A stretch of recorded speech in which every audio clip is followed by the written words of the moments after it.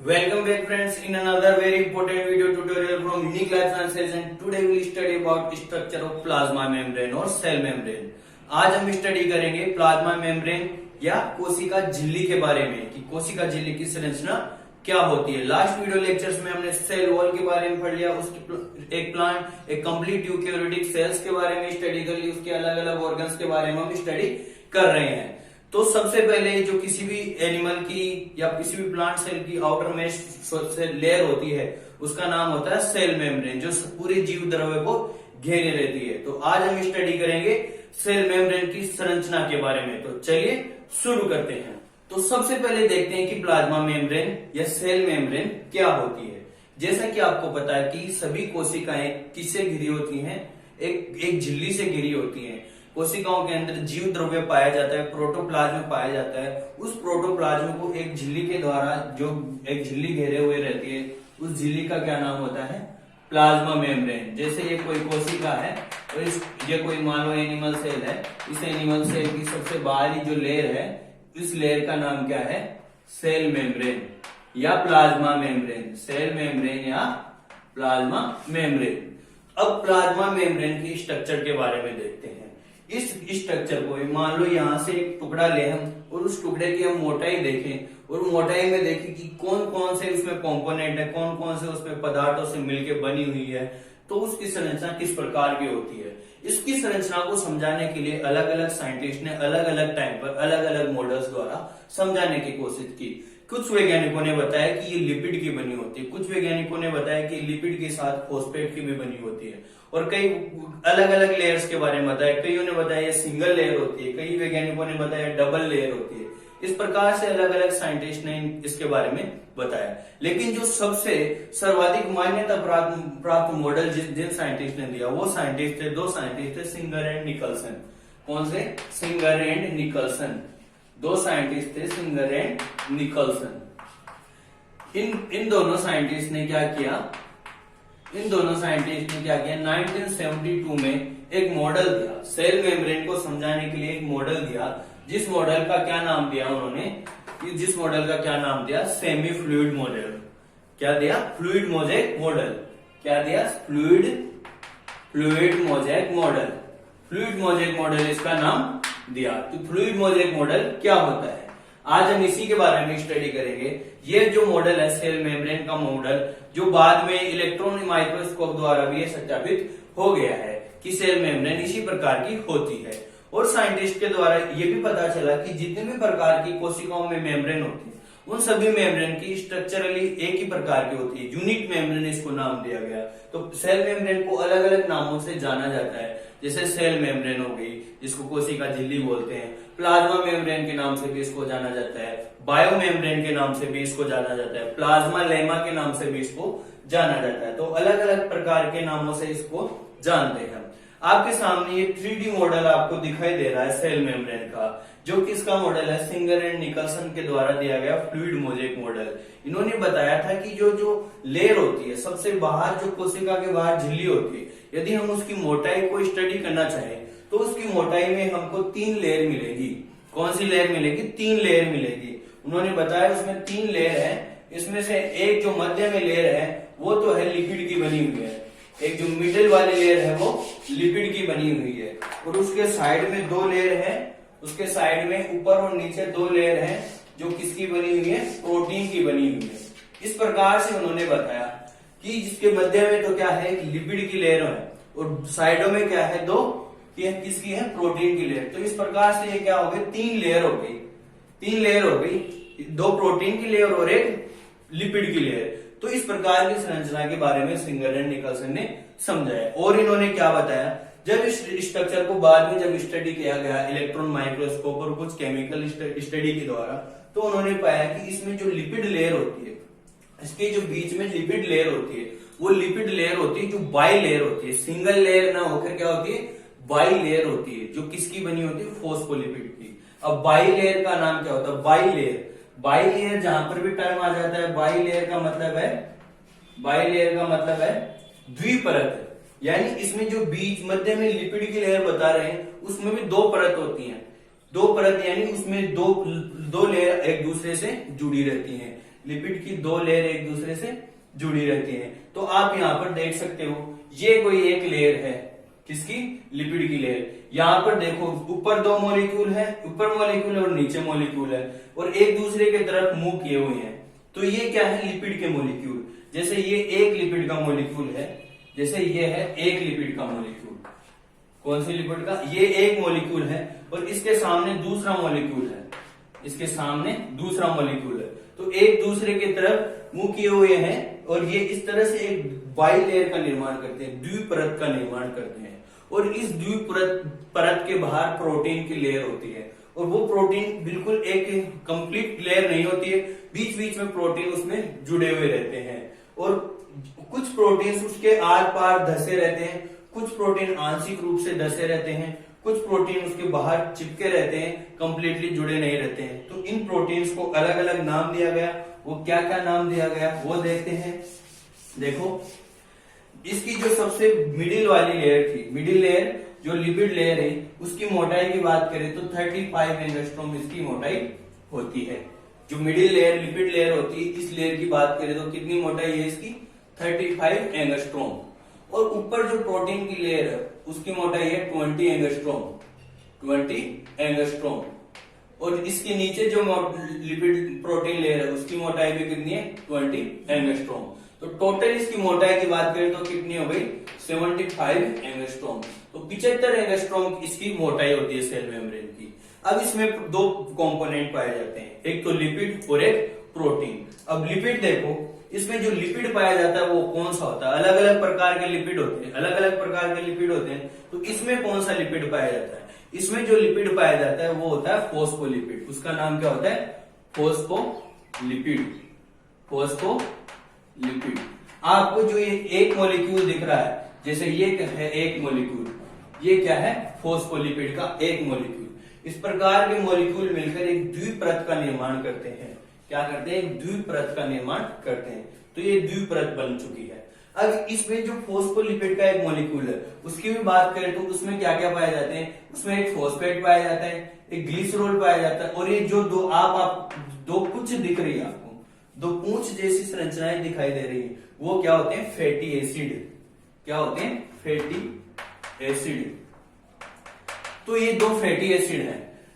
ये phosphate, glycerol और fatty acid से मिलकर क्या बनता है? एक फोस्फोलिपिड का मॉलिक्यूल बनता है। अब इसको, उस मॉलिक्यूल को हम दो भागों में बांट सकते हैं। दो भागों में कौन कौन से? एक तो हाइड्रोफोबिक और एक हाइड्रोफिलिक। तो ये तो जो नीचे वाली कुछ भाग है वो तो होता है हाइड्रोफोबिक। कौन सा होता है? हाइड्रोफोबिक, यानी जल, ये क्या होता है? जल आतंकी। जल आतंकी सिरा होता है, हाइड्रोफोबिक होता है। और ये जो ऊपर वाला सिरा होता है, गोल सिरा होता है, जो किससे मिलकर बना होता है? फॉस्फेट और ग्लिसरॉल, वो हाइड्रोफिलिक होता है, यानी जल स्नेही होता है, हाइड्रोफिलिक। दो सिरे हो गए इसके, एक तो हाइड्रोफोबिक और एक हाइड्रोसिलिक। तो इसके जो एक लिपिड मॉलिक्यूल है उसको हम दो भागों में बांटते हैं। एक तो इसका हेड, सिर, और दूसरा होता है पुच्छ। इसके सिर वाला भाग होता है वो कैसा होता है? हाइड्रोफिलिक, जिसको पोलर पार्ट भी बोलते हैं। और दूसरा जो नीचे वाली दो पुच्छ होती है, फैटी एसिड से बनी होती है, वो क्या होती है? हाइड्रोफोबिक, यानी जल आतंकी, जो जल विरोधी होती है, जल से दूर रहती है हमेशा। तो इसी प्रकार से अरेंज होते हैं। अब देखो क्यों, जो हमने देखी यहाँ पर ये जो गोल है, गोल पार्ट है, ये किससे मिलकर बना हुआ है? फॉस्फेट और ग्लिसरॉल से। फोस्फोलिपिड का एक मॉलिक्यूल जिसका हेड पार्ट है वो किससे मिलकर बना हुआ है? फोस्फोट और ग्लिसरॉल, जो कैसा है? पोलर है, यानी ध्रुवीय सिरा है और जल स्नेही है। जल स्नेही है तभी तो ये बाहर की ओर है। देखो ये बाहर की ओर है, तो जल स्नेही सिरे तो किधर होते हैं? बाहर की ओर। अब ये जो हाइड्रोफोबिक यानी जल आतंकी सिरे, यानी जल आतंकी जो पुच्छ होती है वो अंदर की तरफ होती है दोनों की, और इस प्रकार से क्या करते हैं? ये एक लेयर का निर्माण करते हैं। तो ये एक बाई लेयर बन गई। इस बाई लेयर में क्या है? लिपिड, फोस्फोलिपिड के मॉलिक्यूल है। अब फोस्फोलिपिड भी अलग अलग सेल्स में अलग अलग प्रकार पाई जाती है। मोस्ट ऑफ में कैसी पाई जाती है? ग्लिसरोफॉस्फेट। फोस्फोलिपिड दो प्रकार की मोस्टली पाई जाती है, तो ग्लिसरोफॉस्फेट, ग्लिसरोफॉस्फोलिपिड और एक पाई जाती है स्फिंगोफोस्फोलिपिड। स्फिंगोफोस्फोलिपिड। एक तो पाई जाती है ग्लिसरोफोस्फोलिपिड और एक पाई जाती है स्फिंगोफोस्फोलिपिड। अब ग्लिसरोफोस्फोलिपिड और स्फिंगोफोस्फोलिपिड में कुछ ही अंतर नहीं है, सिर्फ ग्लिसरोल का अंतर है। यहाँ पर ग्लिसरोल पाया जाता है और यहाँ पर स्फिंगोसिन पाया जाता है। और फॉस्फेट और वैसे के वैसे होते हैं, फैटी एसिड दोनों में पाए जाते हैं और फॉस्फेट भी दोनों में पाए जाते हैं। अंतर है तो किसका है, ग्लिसरोल का और स्फिंगोसिन का। तो ये दो अंतर है इसमें पाए जाते हैं। जो मोस्ट ऑफ सेल्स में देखें, मोस्ट ऑफ सेल्स की सेल मेम्ब्रेन किससे बनी होती है, किसकी बनी होती है, ग्लिसरोफोस्फोलिपिड की। लेकिन कुछ सेल होती हैं, जैसे नर्व सेल होती है हमारी, नर्व सेल में कौन सा पाया जाता है, स्फिंगोसिन पाया जाता है, स्फिंगोफोस्फोलिपिड इसमें पाया जाता है। तो यदि आपको कोई क्वेश्चन पूछ ले कि जो सेल मेम्ब्रेन में जो लिपिड होता है वो कौन सा लिपिड होता है, यानी फोस्फोलिपिड होता है। अब आपको कोई एक क्वेश्चन कर ले कि ये जो प्लाज्मा मेम्ब्रेन या सेल मेम्ब्रेन होती है वो किसकी बनी होती है, तो आप डायरेक्ट ऐसे बोल दो फोस्फोलिपिड की बनी होती है, तो यहीं पर गलत हो जाएगा आपका। कैसे कि फोस्फोलिपिड ही थोड़ी है, और भी तो है, प्रोटीन भी है। तो इसको क्या बोलते हैं, लिपोप्रोटीन। किसकी बनी होती है, लिपो, यानी लिपिड और प्रोटीन से मिलकर बनी होती है, तो इसको क्या बोलते हैं, लिपोप्रोटीन। लिपोप्रोटीन से मिलकर बनी होती है, लिपोप्रोटीन।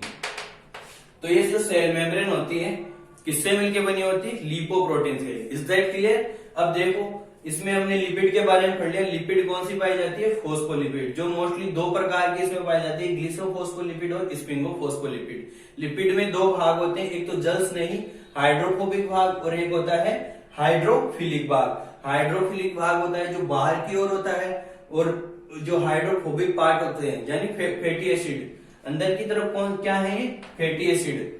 तो फैटी एसिड कैसे होते हैं, हाइड्रोफोबिक, यानी जल से दूर भागते हैं। तो जल से दूर भागते हैं इसलिए अंदर की तरफ रहते हैं। और वाटर के संपर्क में या जो प्रोटोप्लाज्म के संपर्क में कौन से भाग रहते हैं, ये जो इसके हेड भाग है, हेड भाग यानी पोलर हेड। तो पोलर हेड किसके संपर्क में रहते हैं, यानी हाइड्रोफिलिक भाग किसके संपर्क में रहते हैं, जल के संपर्क में रहते हैं। तो ये इसका फर्स्ट हो गया, लिपिड हो गया। लिपिड दो प्रकार के होते हैं इसमें, ग्लिसरोफोस्फोलिपिड और स्फिंगोफोस्फोलिपिड। अब बात करते हैं इसमें प्रोटीन। प्रोटीन कौन कौन सी प्रकार की पाई जाती है, तो प्रोटीन्स की बात करें तो प्रोटीन कौन कौन सी प्रकार की इसमें पाई जाती है। देखो प्रोटीन में सबसे पहले आपको देखो डायग्राम में देखो, इसमें 3D डायग्राम है, इस डायग्राम में देखने की कोशिश करो। इसमें आपको अलग अलग प्रकार की प्रोटीन दिखाई दे रही होगी। एक प्रोटीन तो ये है जो अंदर की तरफ धसी हुई है और आर पार एक छिद्र का निर्माण कर रही है। एक ये प्रोटीन देखो धसी भी हुई है लेकिन पूरी तरह से नहीं धसी हुई है, आधी धसी हुई है, मतलब आधे लेयर में ही जा पा रही है। और एक ये लेयर ये प्रोटीन देखो, ये क्या, ये प्रोटीन्स देखो, तो ये प्रोटीन्स हैं, वो प्रोटीन क्या है, कैसी है, ये बाहरी जुड़ी हुई है। तो इन प्रोटीन को अलग अलग नाम दिया गया। तो प्रोटीन को मोस्टली दो भागों में बांटा जाता है, यानी प्रोटीन दो भागों में बांटा जाता है। लिपिड में जो प्रोटीन होती है उनमें से एक तो होती है इंट्रिंसिक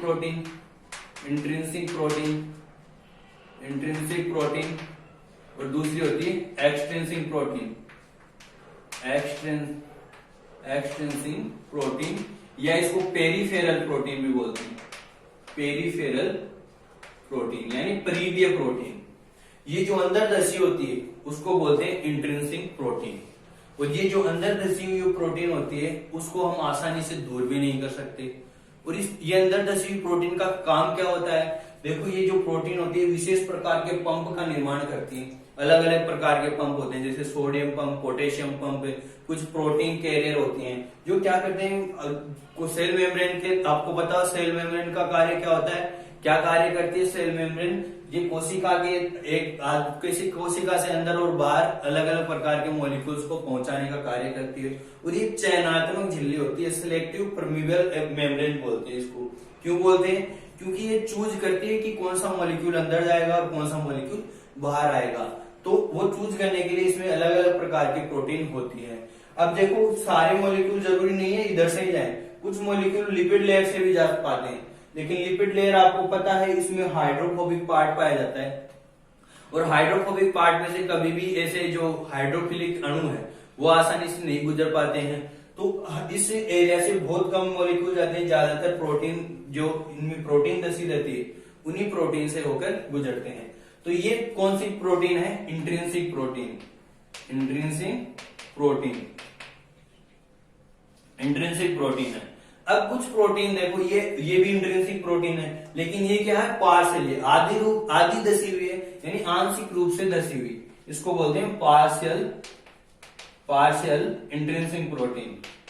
आधी धसी हुई है इंट्रिंसिक प्रोटीन। अब देखो कुछ प्रोटीन बाहर जुड़ी हुई है, बाहर डायरेक्ट जुड़ी हुई है, कोई अंदर धसी हुई नहीं है। जो धसी हुई प्रोटीन है उसको इंट्रिंसिक या एम्बेडेड प्रोटीन भी बोलते हैं। एम्बेडेड यानी धसी हुई, एम्बेडेड या धसी हुई। ये जो बाहर प्रोटीन होती है जो सिर्फ चिपकी हुई रहती है उसको बोलते हैं पेरिफेरल प्रोटीन या परिधीय प्रोटीन, पेरिफेरल प्रोटीन।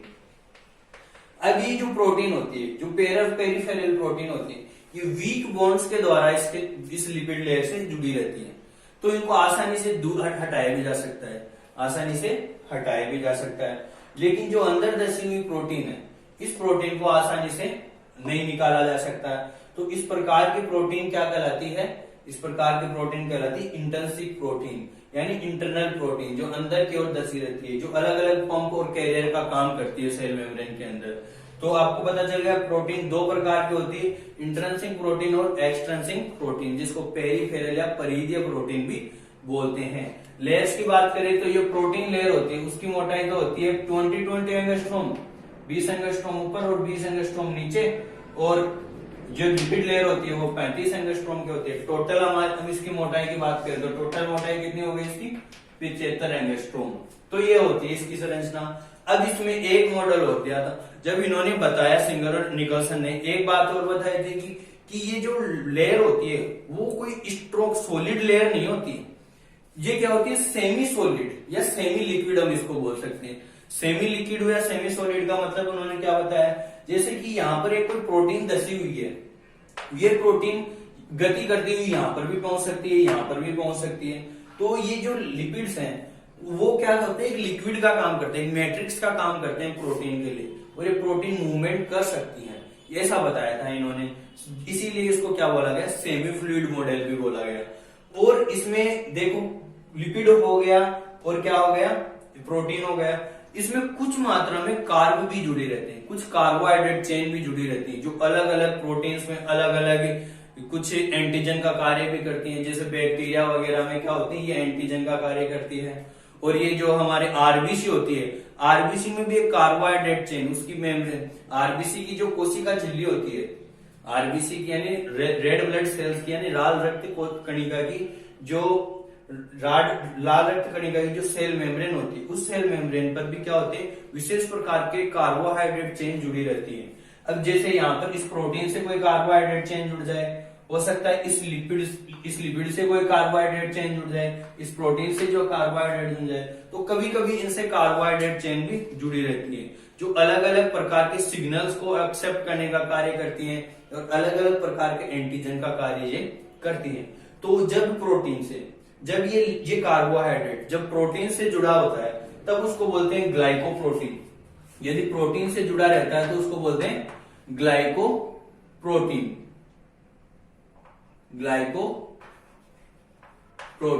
जब ये किससे जुड़ा रहता है? जब ये कार्बोहाइड्रेट अगर प्रोटीन से जुड़ा होता है तो इसको बोलते हैं ग्लाइकोप्रोटीन। लेकिन यदि ये लिपिड से, यदि कभी कभी ये लिपिड से भी जुड़ा रहता है तब इसको बोलते हैं ग्लाइकोलिपिड। तो ये कौन सी लिपिड हो गई? ग्लाइकोलिपिड। क्योंकि इससे क्या जुड़ गया? ग्लाइकोलिपिड से कार्बोहाइड्रेट जुड़ गया, तो इसका नाम क्या हो गया? ग्लाइकोलिपिड।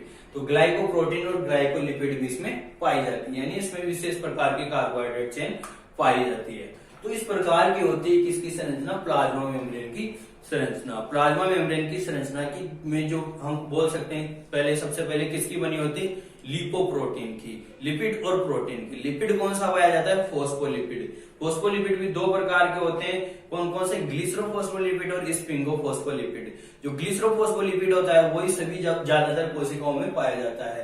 स्पिंगोफोस्फोलिपिड सिर्फ नर्व सेल और कुछ कोशिकाओं में ही पाया जाता है और इनका कंपोजिशन चेंज होता रहता है। और ये भी ध्यान रखना आपको, कई कई में जब प्रोटीन ज्यादा होती है, कई सेल्स में प्रोटीन का परसेंटेज ज्यादा होता है। जैसे माइटोकॉन्ड्रिया की बात करें, माइटोकॉन्ड्रिया की जो इनर मेम्ब्रेन होती है, क्लोरोप्लास्ट की मेम्ब्रेन होती है, इन मेम्ब्रेन में प्रोटीन ज्यादा पाया जाता है।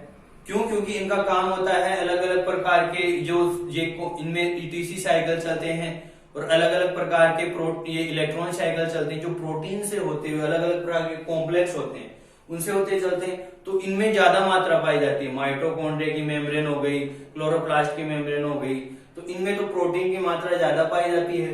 लेकिन हम बात करें किसकी, जैसे नर्व सेल हो गई, तंत्रिका कोशिका में प्रोटीन कम पाया जाता है और लिपिड ज्यादा पाए जाते हैं। तो ये कंपोजिशन चेंज होता रहता है सेल वाइज सेल।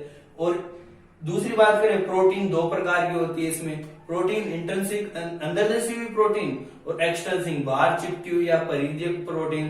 तो इस प्रकार की इसकी संरचना होती है। मोटाई हमने बात करी थी, जो लिपिड की लेयर होती है, जो बाई लेयर होती है, द्विपरत होती है, उसकी मोटाई होती है 35 एंगस्ट्रॉम और प्रोटीन की होती है 20 टोटल होती है 75 एंगस्ट्रॉम। तो आई होप ये वीडियो लेक्चर आपको अच्छी तरह समझ में आ गया होगा। यदि अभी भी कोई डाउट है तो आप कमेंट करके पूछ सकते हैं। तो यदि आपको वीडियो अच्छा लगा तो वीडियो को लाइक कीजिए, यदि आप चैनल पर नए हैं तो चैनल को सब्सक्राइब कीजिए और अपने दोस्तों के साथ ज्यादा से ज्यादा शेयर कीजिए। तो मिलते हैं इसी प्रकार के नेक्स्ट वीडियो लेक्चर में, तब तक के लिए टेक केयर, धन्यवाद, जय Hind. Welcome back friends in our YouTube channel Unique Life Sciences and today we will study about origin of cell wall। Last video lecture में हमने देखा था structure of plant cell wall. Plant cell wall की structure किस प्रकार की होती है, उसमें कौन कौन सी लेयर होती है। यदि अभी तक आपने वो वीडियो लेक्चर नहीं देखा तो आपको लिंक डिस्क्रिप्शन में मिल जाएगा और या आपको यहाँ पर आई बटन पर क्लिक करके वो वीडियो लेक्चर देख सकते हो। पहले स्ट्रक्चर ऑफ सेल वॉल देखो, तभी हम देख पाएंगे कि उसकी निर्माण कैसा होता है, सेल वॉल का निर्माण किस प्रकार से होता है और क्या क्या उसमें कौन कौन से ऑर्गेनल्स उसमें पार्टिसिपेट करते हैं। तो बिना किसी देरी के हम शुरू करते हैं किस प्रकार से सेल वॉल का निर्माण होता है। तो बिना किसी देरी के चलिए शुरू करते हैं।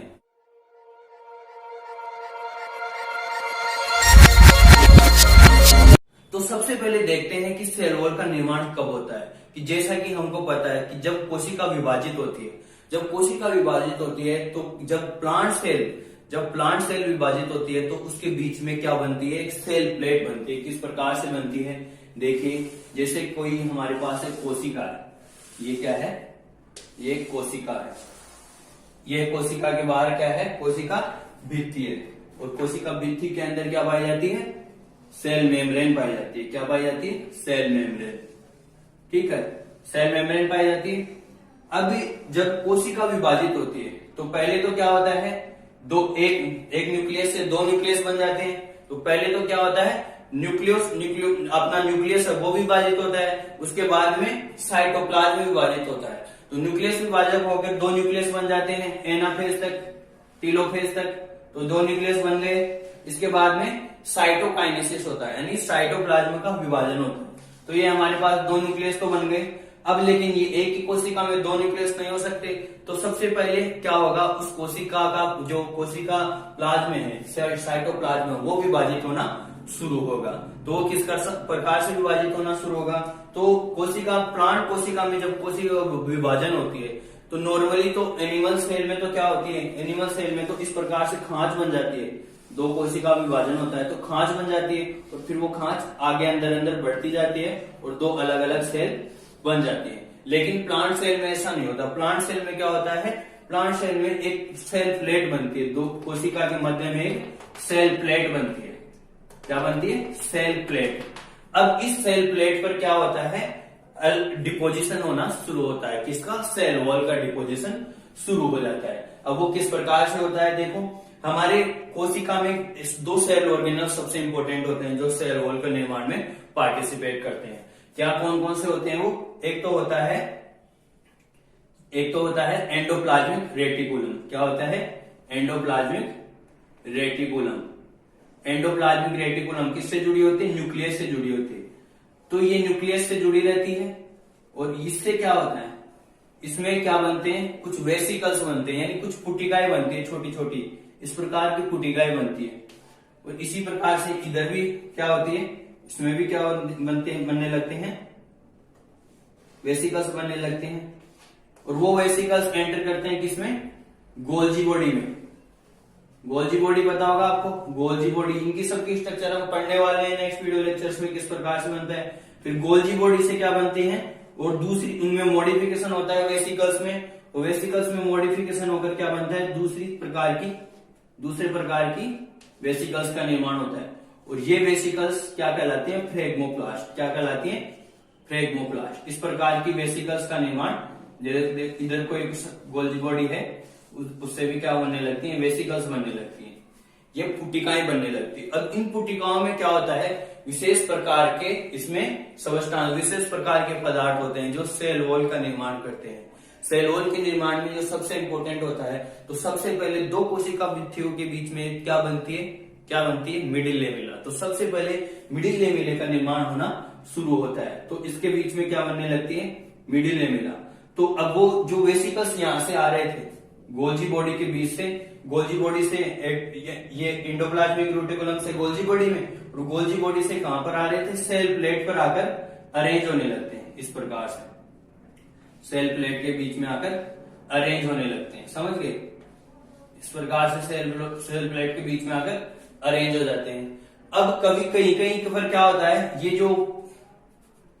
ये जो हमारे पास एंडोप्लाज्मिक रेटिकुलम वो फैल कर क्या हो जाती है, दूसरी तरफ वृद्धि करने लगती है, एक्सपांड हो जाती है, और इससे क्या होता है, बीच में एक चैनल बन जाता है। कोशिका भित्ति के बीच में क्या बन जाता है, चैनल बन जाता है।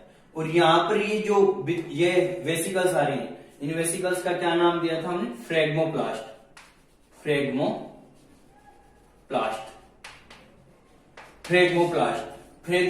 में क्या होता है, विशेष प्रकार के सबस्टांस होते हैं जो लेयर बनाते हैं, उसी प्रकार के सबस्टांस यानी सब पदार्थ होते हैं। तो पैक्टिन, सबसे पहले पैक्टिन जिनमें भरा होता है, कहां से बनकर रहा है, एंडोप्लाज्मिक रेटिकुलम से गोल्जी बॉडी से सेल प्लेट पर आकर पहले व्यवस्थित हो जाते हैं। और इनमें जो भी पदार्थ होता है वो धीरे धीरे इनसे रिलीज होने लगता है और उसका जमाव सेल प्लेट पर होने लगता है। इस प्रकार से सेल प्लेट पर होने लगता है। इसके बाद में दूसरे प्रकार की वेसिकल्स आती हैं जिनमें सेलुलोज भरा होता है, फिर सेलुलोज का जमाव होने लगता है। इसके ऊपर किसका जमाव होने लगेगा, सेलुलोज का जमाव होने लगेगा।